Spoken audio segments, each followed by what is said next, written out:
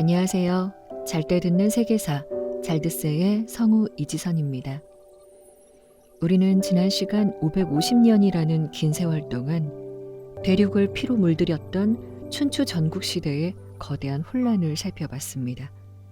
수많은 영웅이 명분을 쫓고 지략가들이 혀를 휘둘러 나라의 운명을 바꾸던 그 소란스러웠던 시대는 기원전 221년 단 하나의 색깔로 통일됩니다. 바로 서쪽 변방에서 밀려온 검은 물결, 진나라였습니다. 오늘 우리가 만날 주인공은 그 검은 제국을 설계한 남자, 시황제입니다.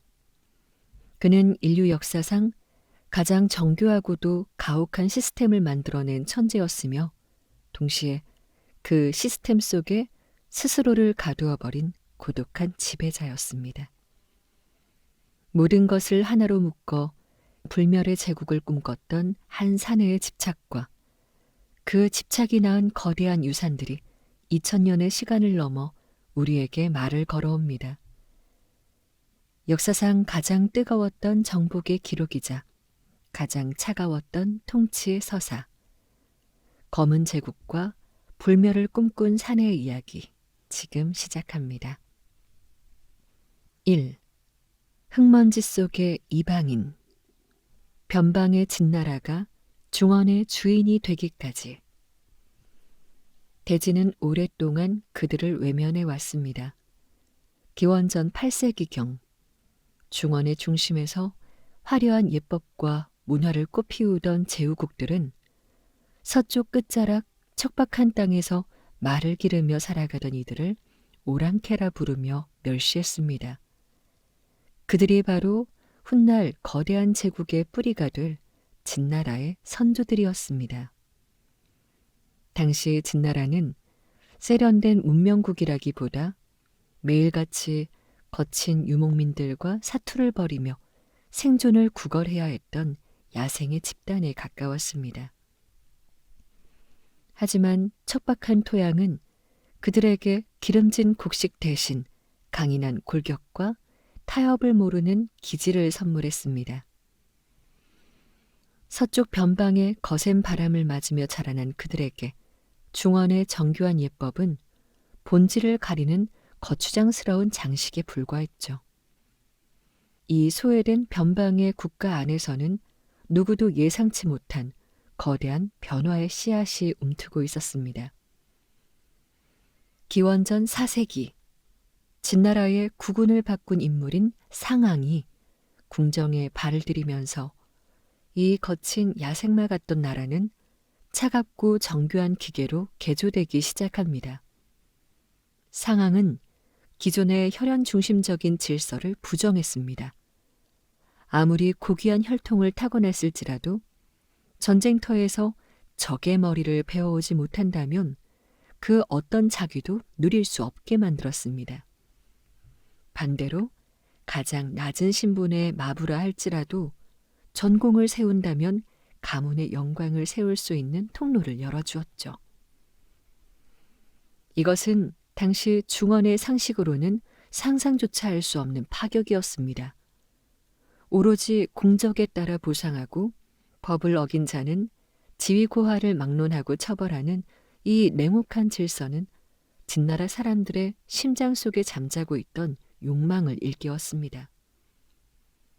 농민들은 괭이 대신 칼을 잡는 것을 두려워하지 않게 되었고 전쟁은 고통이 아닌 신분을 바꿀 유일한 기회로 인식되기 시작했던 것이죠. 이제 진나라는 더 이상 서쪽 변방에서 말을 기르던 무력한 이방인의 나라가 아니었습니다. 그들은 중원의 모든 질서를 집어삼키기 위해 서서히 발톱을 갈며 동쪽을 향해 고개를 돌리고 있었습니다. 상왕이 뿌린 씨앗은 공포와 욕망이라는 두 줄기의 거대한 강이 되어 진나라의 토양을 적셨습니다. 이제 진나라 군대는 중원의 다른 제후국 군대와는 근본부터 달랐습니다. 그들에게 전쟁은 국가를 위한 희생이 아니라 자신의 신분을 수렁에서 건져 올릴 유일한 사다리였습니다. 적의 머리를 하나 베어올 때마다 자기가 오르고 토지가 주어지는 시스템 속에서 진나라 보병들은 마치 굶주린 늑대처럼 전장을 누볐습니다. 투구조차 쓰지 않은 채 맨머리로 돌진하며 한 손에는 칼을 들고 다른 한 손에는 적의 머리를 든 채 포효하는 그들의 모습은 중원 사람들에게 호랑이와 늑대의 나라, 즉 호랑지국이라는 공포의 대명사로 각인되었습니다. 그러나 이 효율적인 기계를 만들어낸 설계자의 끝은 그리 순탄치 않았습니다.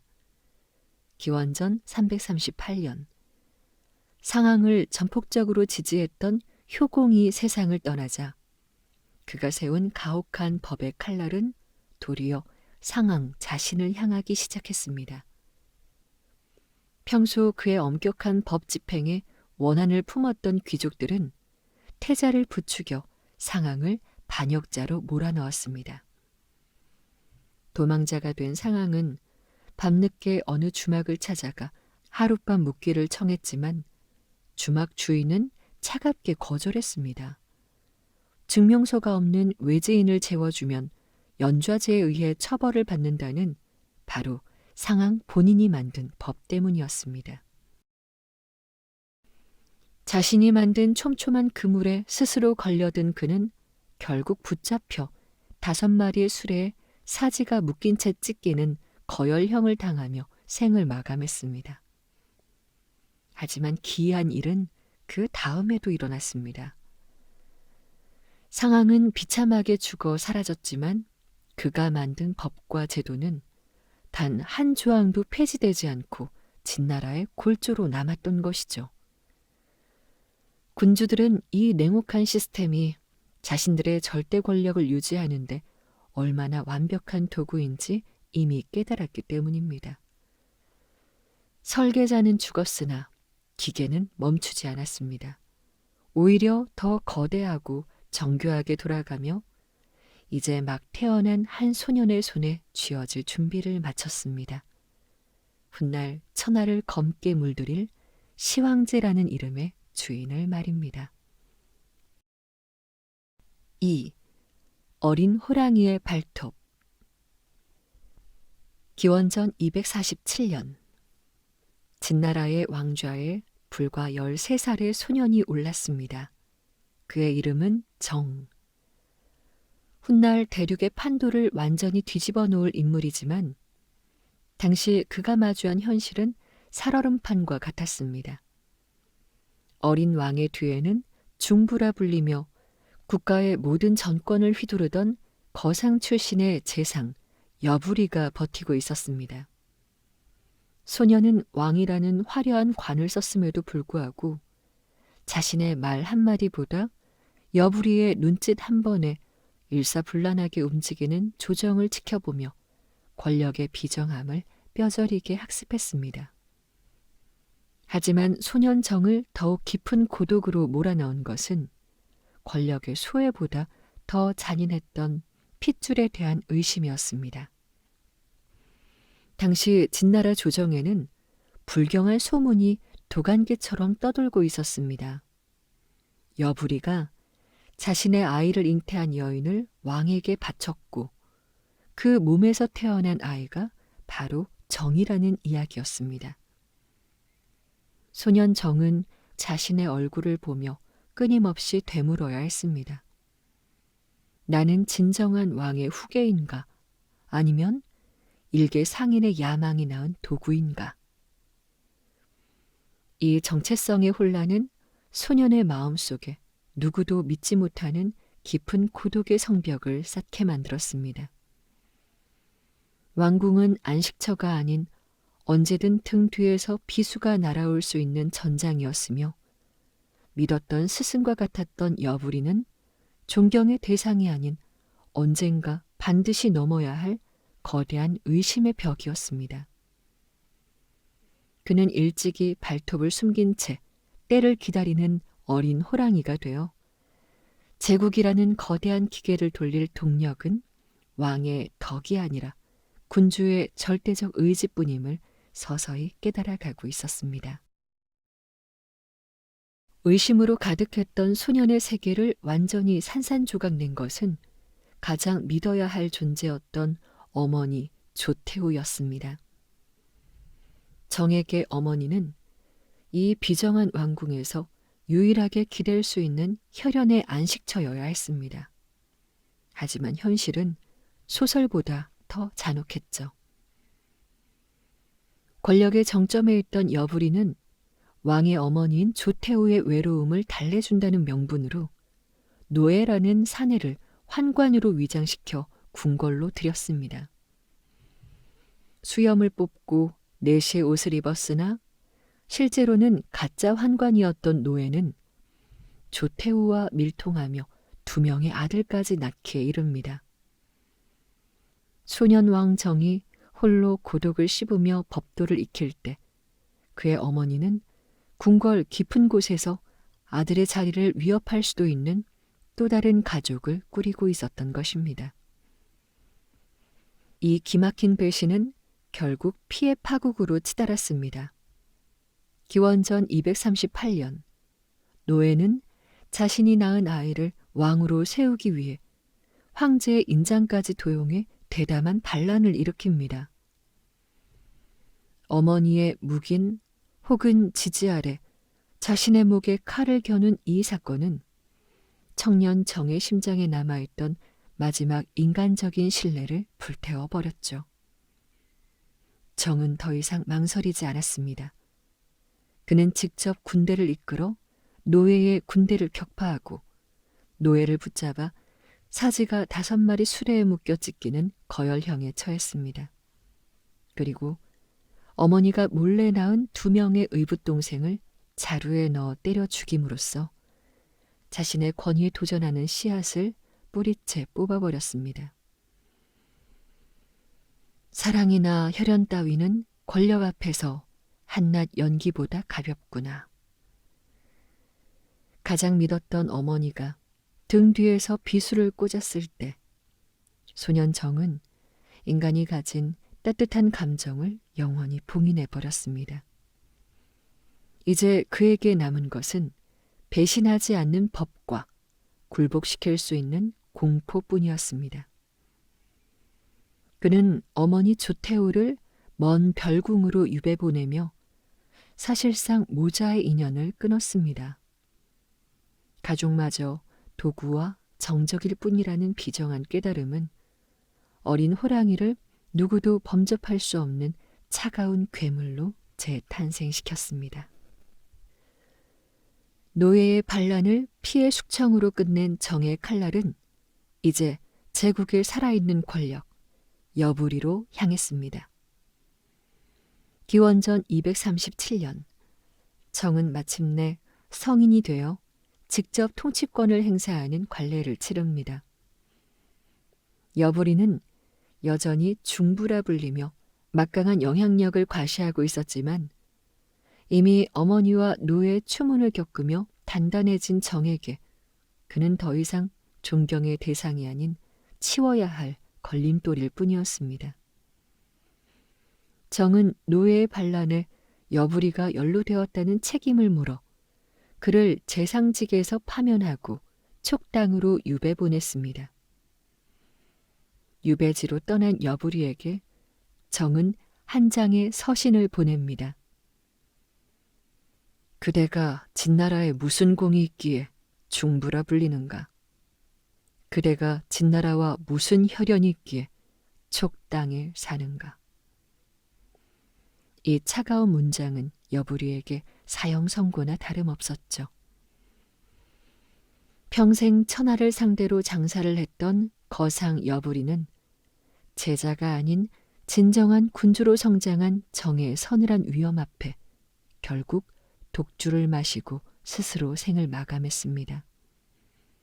이로써 정은 자신을 둘러쌌던 과거의 의욕과 혈연, 그리고 구세력의 그늘을 완벽하게 걷어냈습니다.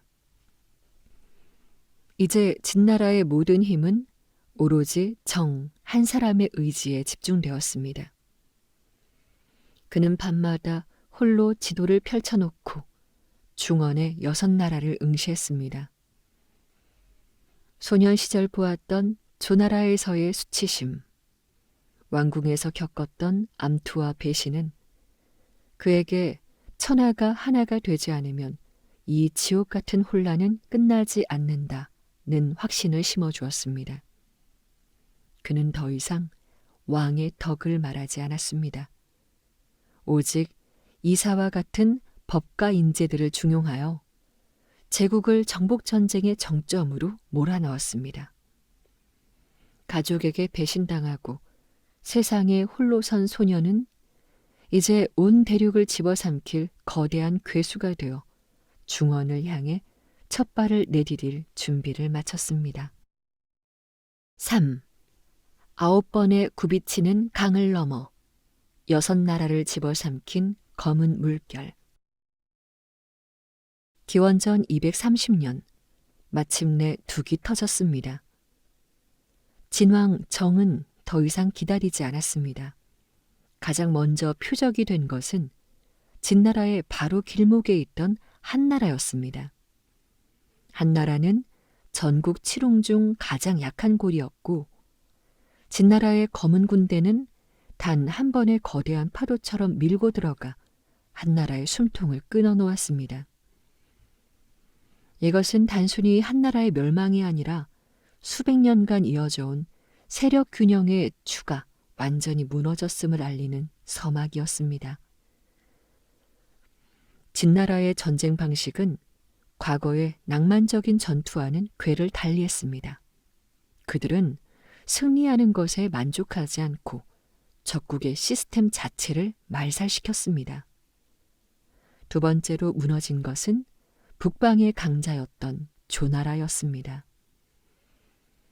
명장 왕전의 치밀한 이간계로 조나라의 마지막 보루였던 이목 장군이 제거되자 철옹성 같던 조나라의 방어선은 허망하게 무너져 내렸습니다. 진나라 병사들은 허리춤에 적의 머리를 매달고 전진했고 그들이 지나간 자리에는 오직 진나라의 차가운 법전과 검은 깃발만이 남았습니다. 기원전 225년 수로를 이용한 수공으로 위나라의 수도 대량을 침몰시킨 진나라는 이제 거침없이 동쪽과 남쪽을 향했습니다. 어제 동맹이었던 나라들은 서로를 도울 엄두조차 내지 못한 채 자신의 목 앞에 들이밀어진 검은 칼날을 보며 공포에 떨 수밖에 없었죠. 진왕정은 침대에 눕는 법이 없었다고 합니다. 그는 매일같이 전선의 보고를 읽으며 대륙의 지도를 검게 칠해 나갔습니다. 9번의 강을 건너고 수천 개의 성벽을 허물며 그는 이제 단 하나의 거대한 제국을 완성시키기 위한 마지막 사냥을 준비하고 있었습니다. 이제 시간을 조금 거슬러 진시황의 운명을 바꿀 뻔했던 그 순간으로 잠시 돌아가 보겠습니다. 4. 형가의 비수. 진나라의 칼날은 이제 남방의 거인 초나라를 향해 무겁게 움직이기 시작했습니다. 초나라는 광활한 영토와 수많은 인구를 보유한 진나라에 대적할 수 있는 마지막 자존심이었습니다. 하지만 진왕정은 이 전쟁에 제국의 모든 국력을 쏟아부었죠. 그는 노장 왕전에게 60만이라는 전무후무한 대군을 맡겼습니다. 이는 승리하기 위함만이 아니었습니다. 다시는 그 어떤 나라도 진나라의 위험에 고개를 들지 못하도록 철저히 짓밟아 버리겠다는 황제의 잔혹한 의지였습니다. 1년이 넘는 팽팽한 대치 끝에 마침내 초나라의 방어선이 무너져 내리자 남방에 찬란했던 문명은 검은 갑옷의 물결 속에 영원히 잠겨버렸습니다.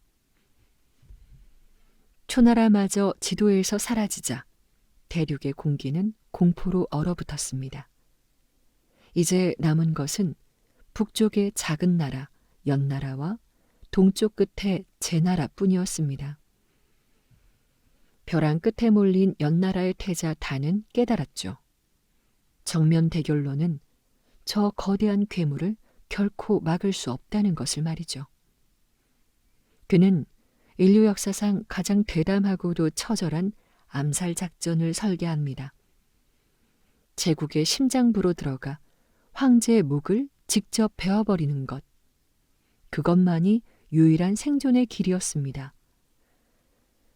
그 칼자루를 쥐게 된 사내는 위풍당당한 기계와 침착함을 지닌 자객 형가였습니다. 형가는 시황제의 지독한 의심을 뚫기 위해 두 가지 치명적인 미끼를 준비합니다.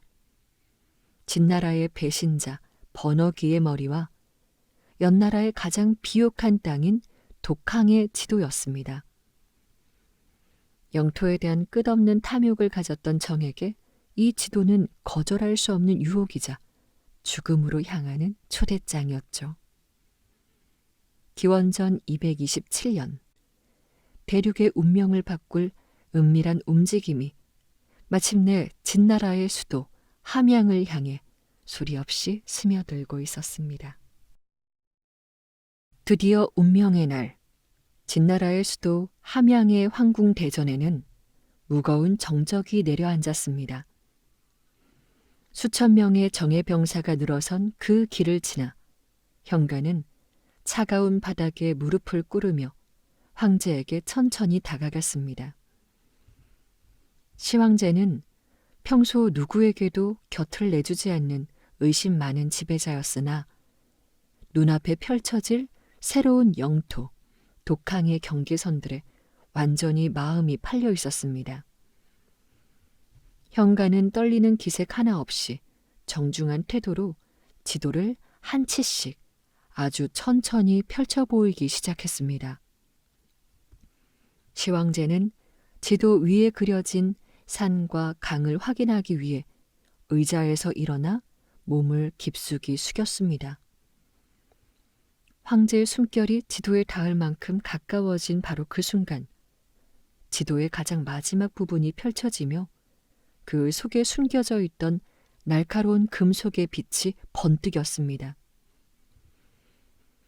지도가 완전히 펼쳐지는 순간 시황제가 마주한 건 새로운 영토가 아니라 자신을 향해 쏟아지는 죽음의 서늘한 기운이었습니다. 지도의 마지막 마디가 풀리자 그 속에 숨죽이고 있던 독비수, 서부작이 형가의 손 안에서 그 날카로운 본색을 드러냈습니다. 찰나의 순간이었죠. 형가는 벼락 같은 속도로 비수를 낚아챘고 도망치려던 황제의 소매를 억세게 잡아채며 단숨에 거리를 좁혔습니다. 천하를 호령하며 단 한 번도 누구에게 머리를 숙여본 적 없던 절대자의 눈동자에 생생한 공포와 경악이 서렸습니다. 황궁의 호위병들은 황제의 명령 없이는 대전에 무기를 들고 들어올 수 없다는 엄격한 법 때문에 그저 멀리서 발만 동동 구르고 있었습니다. 형가의 비수가 황제의 가슴을 향해 찔러 들어오던 그 순간 시황제는 본능적으로 몸을 뒤로 젖히며 일어섰습니다. 형가는 놓치지 않고 황제의 옷소매를 낚아챘지만 비단으로 만든 황제의 옷은 찍 소리를 내며 찢겨나갔습니다. 시황제는 허리에 찬 긴 칼을 뽑으려 했으나 칼집이 너무 길고 당황한 나머지 칼은 좀처럼 뽑히지 않았습니다. 무기를 든 호위병들은 법에 묶여 대전 아래에 있었고 대전 위의 신하들은 맨손으로 자객을 막아내기엔 역부족이었습니다. 이제 제국의 주인은 웅장한 황궁의 붉은 기둥을 방패 삼아 숨가쁜 추격전을 벌이기 시작했습니다. 기둥을 사이에 두고 자객과 황제가 빙글빙글 돌며 대륙의 운명을 건 숨바꼭질을 하는 기묘하고도 긴박한 풍경이 펼쳐진 것입니다. 오직 두 남자의 거친 숨소리만이 웅장한 기둥 사이를 메우며 제국의 운명을 가를 단 몇 초의 시간을 다투고 있었습니다. 절체절명의 순간 대전의 정적을 깨트린 것은 황제의 주치의 하무저가 던진 묵직한 약가방이었습니다. 형가가 비수를 치켜든 찰나 공중을 날아온 약가방이 그의 얼굴을 강타했고 자객의 움직임은 아주 찰나의 순간 멈칫했습니다. 그 짧은 틈을 타 신하들이 필사적으로 소리쳤습니다. 왕이시여, 칼을 뒤로 메고 뽑으소서, 칼집을 뒤로 돌리소서. 황제는 그 외침에 따라 칼집을 등 뒤로 돌려 마침내 긴 칼을 뽑아냈고 단숨에 형가의 다리를 내리쳤습니다. 다리에 치명상을 입은 형가는 더 이상 움직일 수 없음을 직감했죠. 그는 마지막 힘을 다해 독비수를 황제를 향해 내던졌습니다. 비수는 시황제의 귀 끝을 아슬아슬하게 스쳐 지나가 대전의 기둥에 텅 소리를 내며 깊숙이 박혔습니다. 암살은 실패로 돌아갔죠. 형가는 피를 흘리며 기둥에 기대어 호탕하게 웃었습니다. 내가 실패한 것은 오직 너를 죽이지 않고 협박하여 빼앗긴 땅을 돌려받으려 했기 때문이다. 분노한 시황제는 형가를 무참히 베어 넘겼으나 가슴속에 들어찬 공포는 쉽게 가시지 않았습니다. 이 암살 미수 사건은 호랑이의 분노에 기름을 부었습니다. 진나라 군대는 복수심에 불타올라 연나라의 수도를 잿더미로 만들었습니다. 기원전 221년 마지막까지 버티던 제나라마저 싸워보지도 못한 채 항복을 선언했습니다. 이로써 550년의 잔혹한 난세는 마침내 마침표를 찍게 됩니다.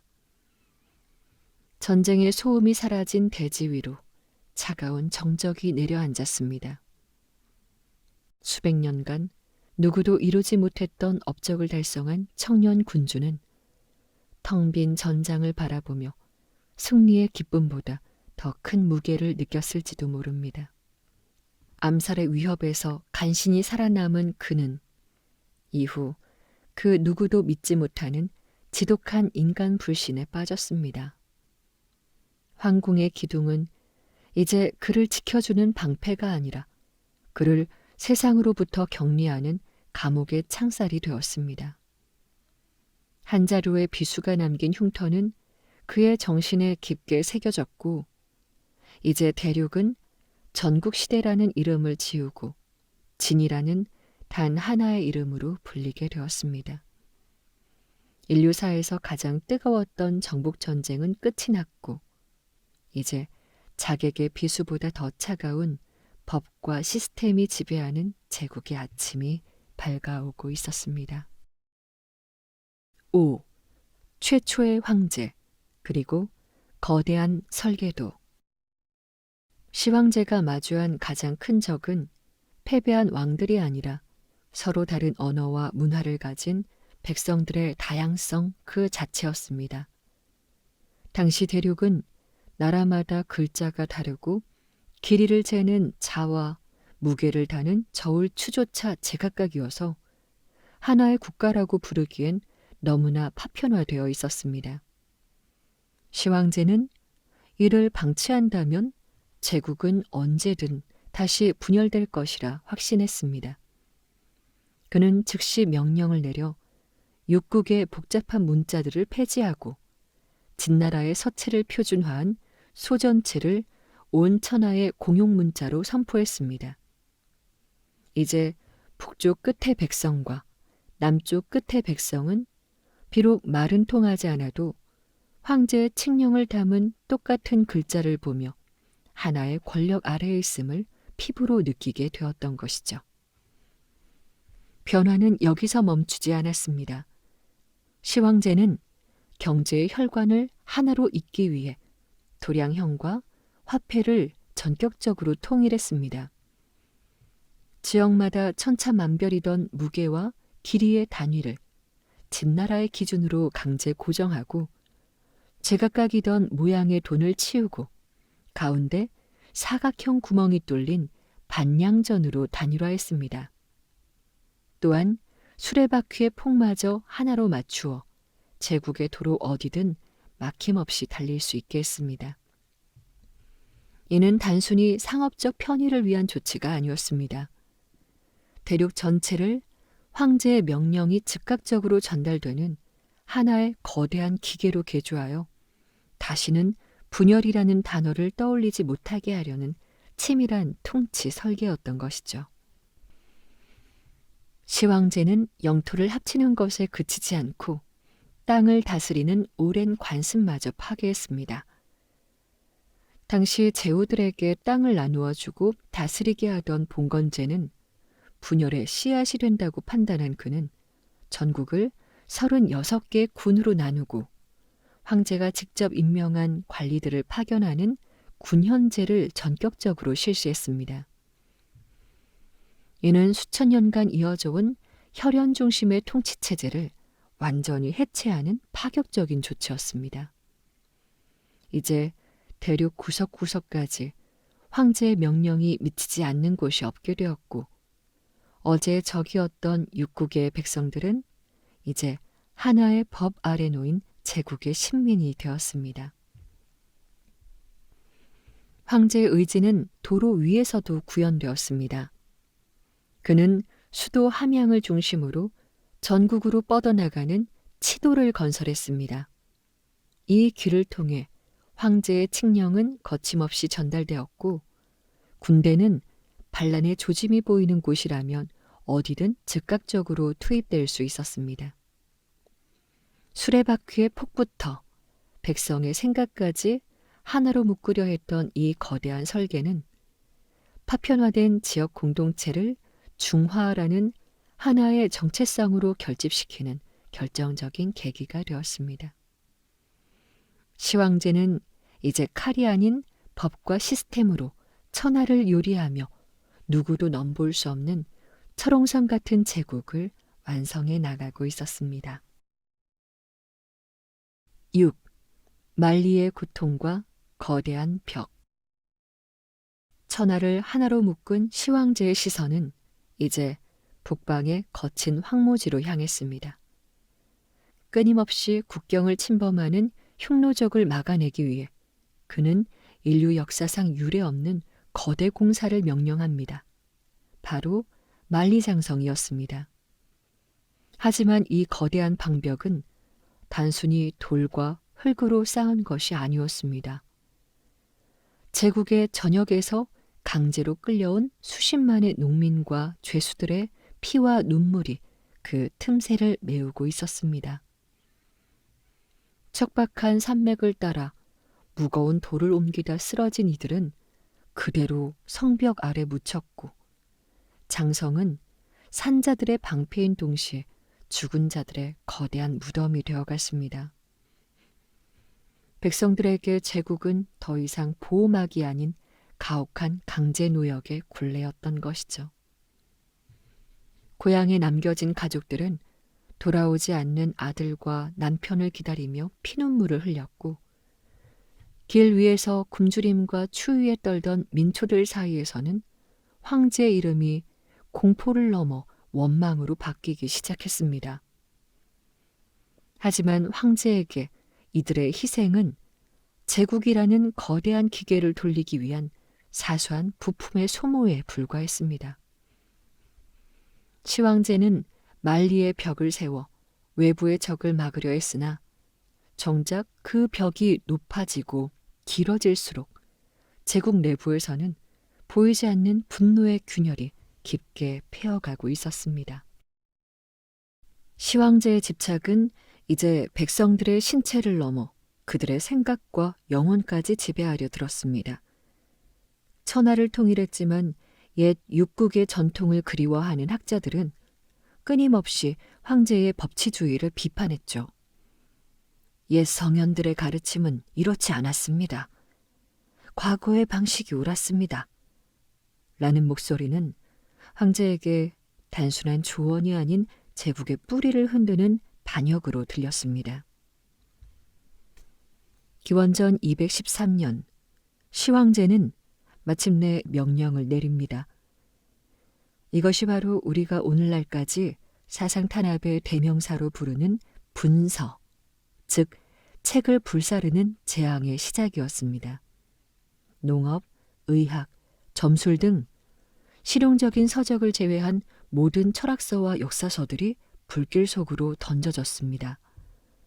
수백 년간 제자백가가 쌓아 올린 지혜의 문장들이 뜨거운 불꽃 속에서 한 줌의 재로 변해 허공으로 흩어졌습니다. 지식인들은 피눈물을 흘리며 타오르는 책더미를 바라보아야 했습니다. 시황제는 책을 태움으로써 사람들의 기억 속에 남아있는 과거를 지우고 오직 자신이 만든 법만이 유일한 진리가 되는 세상을 꿈꿨던 것이죠. 하지만 불길보다 더 잔혹한 것은 차가운 흙이었습니다. 책을 태운 이듬해 황제를 비방하고 비판했다는 이유로 460여 명의 유생이 함양 외곽으로 끌려갔습니다. 황제는 그들을 위해 깊은 구덩이를 파괴했고 살아있는 그들을 땅속에 그대로 밀어 넣었습니다. 우리가 오늘날 지식인과 사상을 탄압하는 사건을 가리켜 부르는 분서갱유라는 말이 바로 여기서 시작되었습니다. 책을 불태우고 분서, 유생들을 구덩이에 파묻었다. 갱유. 이 끔찍한 네 글자는 시황제의 잔혹함을 상징하는 역사적 고유명사가 되었습니다. 시황제는 이 가혹한 본보기를 통해 천하에 선포했죠. 황제의 질서에 의문을 품는 자는 그가 누구든 대지 위에서 흔적도 없이 지워버리겠다는 냉혹한 경고였습니다. 이제 제국에는 황제의 명령에 토를 다는 목소리도 과거를 그리워하는 글귀도 사라졌습니다. 사상의 자유가 거세된 제국은 이제 거대한 침묵에 잠겨버린 것이죠. 만리장성이 외부의 적을 막는 물리적인 벽이었다면 분서갱유는 백성들의 입과 길을 막는 보이지 않는 감옥이었습니다. 시황제는 이제 완벽한 통제를 손에 넣었다고 믿었으나 사실 그가 태운 것은 종이가 아니라 제국의 미래였으며 그가 묻은 것은 유생이 아니라 민심의 마지막 신뢰였습니다. 권력의 정점에서 완성된 이 침묵은 훗날 제국이 위기에 처했을 때 그 누구도 진실을 말하지 못하게 만드는 부메랑이 되어 돌아오게 됩니다. 7. 불멸이라는 이름의 독배. 서복의 함선과 수은의 바다. 세상의 모든 권력과 불을 손에 넣은 시황제에게 남은 유일한 공포는 자신의 육체가 늙고 병들어 한 줌의 흙으로 돌아가야 한다는 사실이었습니다. 그는 죽음을 거부하기 위해 불멸의 삶을 가져다 준다는 전설 속의 불로초에 집착하기 시작했습니다. 기원전 219년경 그는 방사 서복의 감언이설에 넘어가 수천 명의 어린 남녀와 막대한 보물을 실은 거대한 함선을 동쪽 바다 넘어 전설의 산 복례산으로 보냈습니다. 하지만 수평선 너머로 사라진 서복의 선단은 영원히 돌아오지 않았고 황제는 바닷가에 서서 파도 소리를 들으며 기약 없는 기다림 속에 점점 더 깊은 초조함에 빠져들었습니다. 불로초를 찾지 못한 황제의 갈망은 이제 연금술사들이 만들어낸 기묘한 약으로 옮겨갔습니다. 당시 연금술사들은 영원히 변치 않는 금속인 수은이 인간의 몸에 들어가면 불멸의 생명을 줄 것이라고 속였습니다. 시황제는 은빛으로 영롱하게 빛나는 이 액체가 사실은 자신의 신경과 장기를 파괴하는 맹독이라는 사실을 꿈에도 모른 채 매일같이 수은이 함유된 단약을 삼켰습니다. 불멸을 꿈꾸며 마신 그 독배는 서서히 그의 정신을 흐리게 만들었고 제국의 주인은 이제 거대한 환각과 피해 망상 속에서 자신만의 고독한 성에 갇혀가기 시작했습니다. 제국은 겉으로 보기에 철옹성 같았으나 그 정점에 앉은 황제의 육체는 안으로부터 조용히 무너져 내리고 있었습니다.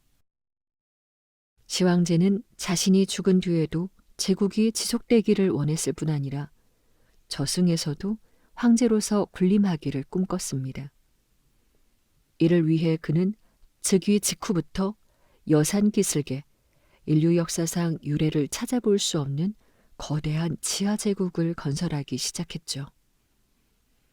70만 명에 달하는 인부들이 동원되어 수십 년간 파내려간 그 어둠의 공간에는 황제를 영원히 수호할 흙의 군대가 배치되었습니다. 바로 병마용갱입니다.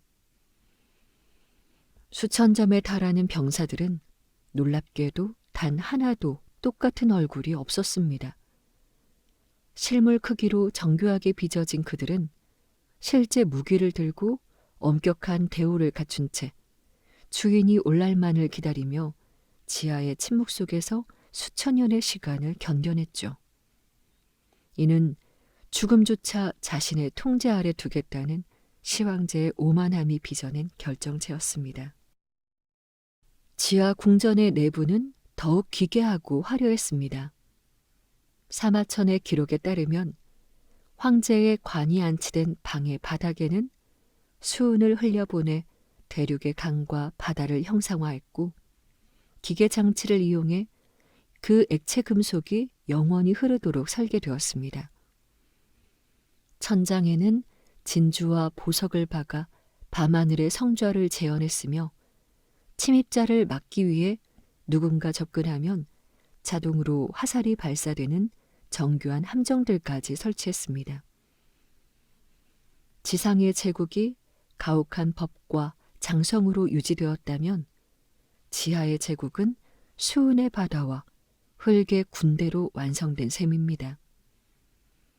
하지만 불멸을 꿈꾸며 삼켰던 수은 단약은 점차 그의 육신을 썩게 만들었고 정신은 광기로 물들었습니다. 황제는 점점 더 깊은 궁궐 속으로 숨어들었고 신하들조차 그의 얼굴을 보기 힘들게 되었습니다. 불멸을 향한 갈망이 커질수록 그는 산자들의 세상에서 멀어져 갔으며 스스로를 거대한 무덤 속에 가두어 버린 셈이 되었습니다. 죽음을 이기려 했던 사내의 집착이 만든 것은 영원한 삶이 아니라 인류 역사상 가장 화려하고도 고독한 감옥이었습니다. 8. 모래성 위의 황혼. 흔들리는 철옹성과 환관의 속삭임. 기원전 210년 5번째 전국 순행에 나섰던 황제는 사구 땅에서 갑작스러운 병세로 숨을 거둡니다. 하지만 그의 죽음은 즉시 세상에 알려지지 않았습니다. 황제의 곁을 지키던 환관 조고와 재상 이사는 황제의 죽음이 알려질 경우 일어날 혼란과 자신들의 권력이 위태로워질 것을 두려워했습니다. 그들은 황제의 시신을 마차에 실은 채 마치 살아있는 것처럼 위장하여 함양으로 향하는 죽음의 행진을 시작했습니다. 때는 바야흐로 무더운 여름이었죠. 황제의 시신은 빠르게 부패하기 시작했고 그 지독한 악취가 마차 밖으로 새어나오자 조고는 기막힌 술책을 냈습니다.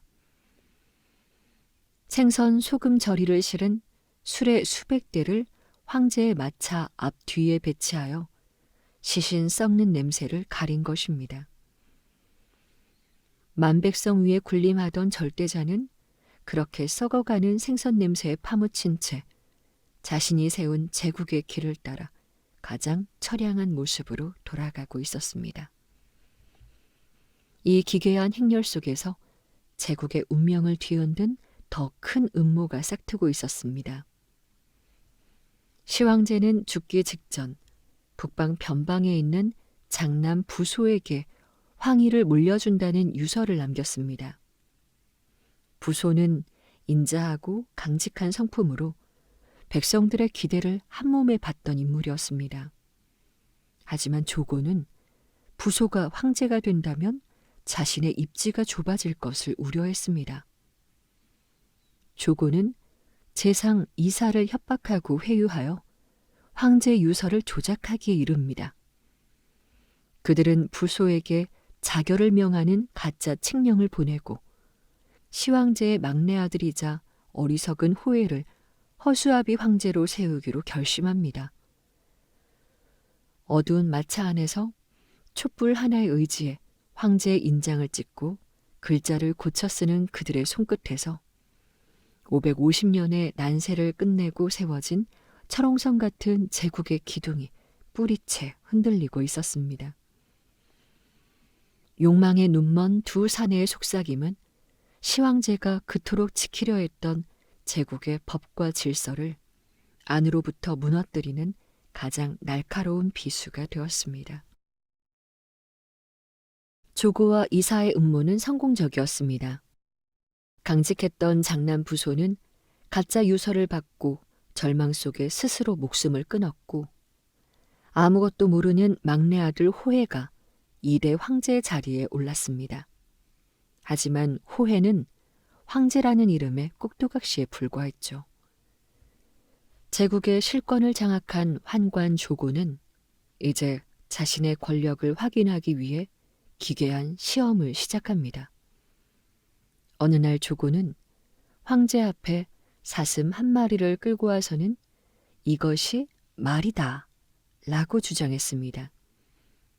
어리둥절한 황제가 대신들에게 묻자 조고의 기세에 눌린 신하들은 눈을 질질 감으며 그것이 말이라고 대답했습니다.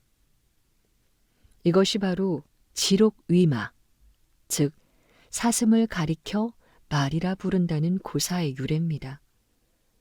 진실을 말하는 자는 죽고 아첨하는 자만이 살아남는 사회에서 시황제가 세운 엄격한 법과 시스템은 이제 조고 한 사람의 변덕에 놀아나는 장난감으로 전락했습니다.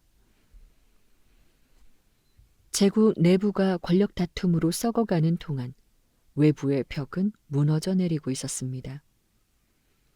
시황제 시절부터 이어진 가혹한 노역과 연좌제의 공포는 이제 백성들이 감당할 수 있는 한계를 넘어섰습니다.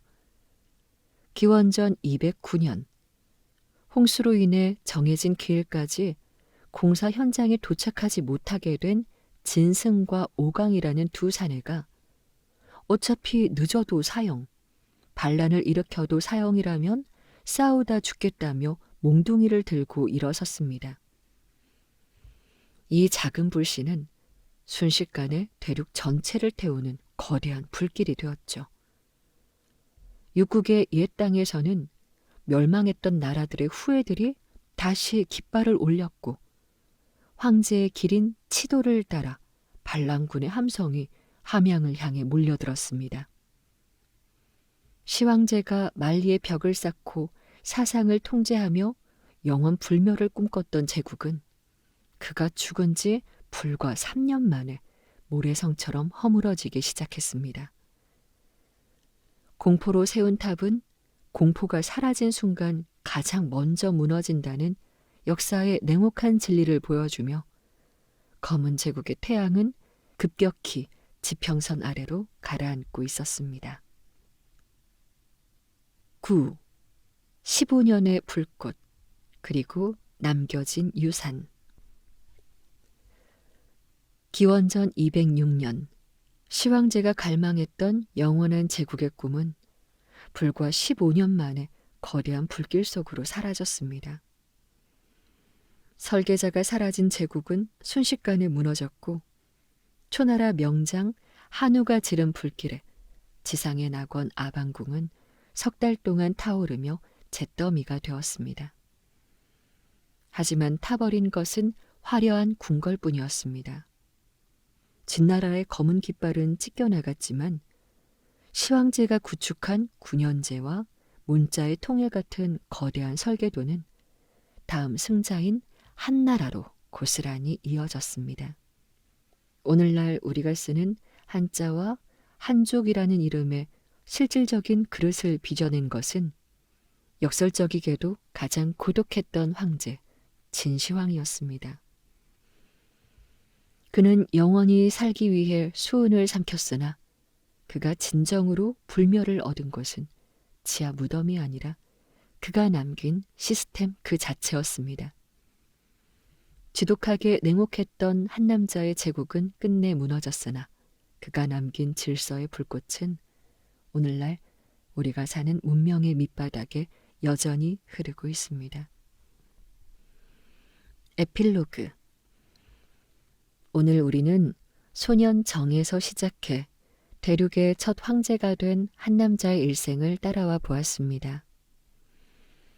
자신을 부정당했던 소년의 상처가 어떻게 거대한 제국의 법이 되었는지, 그리고 죽음 앞에서 떨던 황제가 왜 지하에 그토록 거대한 병마용을 묻어야 했는지, 그의 서사는 우리에게 묻습니다. 무엇이 인간을 이토록 거대한 집착으로 몰아넣는가? 황궁은 잿더미가 되었고 황제는 흙으로 돌아갔지만 그가 남긴 치열한 삶의 흔적들은 오늘 밤 여러분의 마음을 나지막이 위로해 줄 것입니다. 이제 이 거대한 불길 속에서 새로운 시대를 열기 위해 일어서는 두 영웅이 있습니다. 거침없는 패왕 항우와 평범함 속에 비범함을 감춘 유방.